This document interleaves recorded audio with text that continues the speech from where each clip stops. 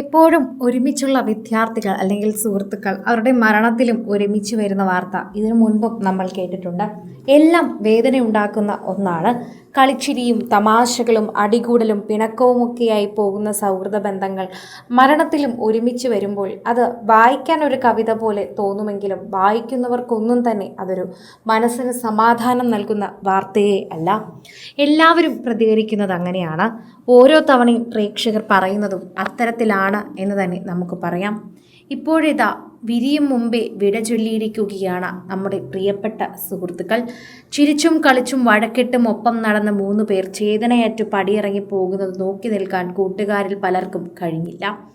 വടാട്ടുപാറ പലൻപുഴയിൽ ഞായറാഴ്ച മുങ്ങി മരിച്ച കോതമംഗലം മാർ ബസേലിയോസ് ഡെന്റൽ കോളേജിലെ 3 വിദ്യാർത്ഥികളുടെ മൃതദേഹം ക്യാമ്പസിൽ പൊതുദർശനത്തിന് വെച്ചു. ശേഷം ബന്ധുക്കൾ ഏറ്റുവാങ്ങി.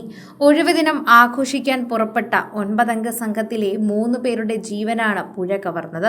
3ാം വർഷ വിദ്യാർത്ഥികളായ കോട്ടയം വാഴൂർ ചാമമ്പതാൽ കുളത്തുങ്കൽ പൊത്തുപറമ്പിൽ വെങ്കിടേഷിൻ്റെയും ശാലിനിയുടെ മകൻ അതുൽ രാജും, കോട്ടയം ചങ്ങനാശ്ശേരി വെരൂർ ഇൻഡസ്ട്രിയൽ എസ്റ്റേറ്റ് അൽഫോൻസ നഗർ പ്ലാമൂട്ടിൽ ബിജുവിൻ്റെയും ഡാലിയയുടെയും മകൻ ബിയോൺ ബിജുവും, തിരുവനന്തപുരം പൂവാർ പൊറ്റയിൽ വിഷ്ണുഭവനിൽ വിജയകുമാറിൻ്റെയും ബിന്ദുവിൻ്റെ മകൻ ബി ഹരീഷ് നന്ദു എന്ന 22-കാരനുമാണ് മരിച്ചത്. 22ഉം 21ഉം വയസ്സുള്ള ചെറുപ്പക്കാരുടെ മരണം ആ കോളേജിനെയും നാടിനെയും മൊത്തത്തിൽ നടുക്കിയിരിക്കുകയാണ് എന്ന് പറയാം.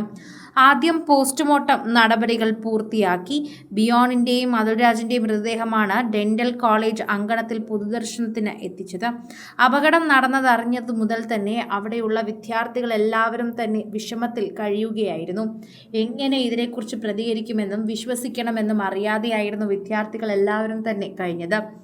ആദ്യ പോസ്റ്റ്മോർട്ടം നടപടികൾ പൂർത്തിയാക്കിയ ബിയോണിൻ്റെയും അതുൽരാജിൻ്റെയും മൃതദേഹമാണ് ഡെന്റൽ കോളേജ് അങ്കണത്തിൽ പൊതുദർശനത്തിന് എത്തിച്ചത്.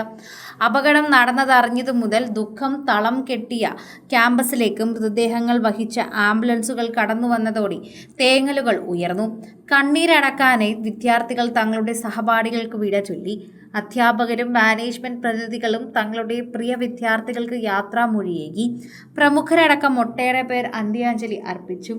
ആദ്യം കൊണ്ടുവന്ന 2 പേരുടെ മൃതദേഹങ്ങൾ കൊണ്ടുപോയ ശേഷമാണ് ഹരീഷിന്റെ മൃതദേഹം ക്യാമ്പസിൽ എത്തിച്ചത്. അസോസിയേഷന്റെ കീഴിലെ വിദ്യാഭ്യാസ സ്ഥാപനങ്ങൾക്ക് ഇന്നലെ അവധിയും നൽകിയിരുന്നു. ആ വിദ്യാർത്ഥികളുടെ ഏങ്ങലിൽ തന്നെയാണ് മറ്റു വിദ്യാർത്ഥികൾ. ആർക്കും അത് സഹിക്കാനാകുന്നില്ല. ഒരുമിച്ച് കളിച്ച് ഇവിടെ നിന്ന് പോയവരാണ്. അവരുടെ മരണമാണ് പിന്നീട് കേൾക്കുന്നത്. മൃതശരീരമാണ് തിരികെ വന്നത്. ആ കോളേജ് അങ്കണത്തിലേക്ക് അവരുടെ മൃതശരീരം എത്തിയപ്പോൾ അത് കണ്ടു നിൽക്കാൻ കൂടെ ഒപ്പമുള്ള ആൺകുട്ടികൾക്ക് പോലും സാധിച്ചില്ല. അത്രയേറെ വിഷമത്തോടെ അവരെല്ലാവരും പൊട്ടിക്കരഞ്ഞു.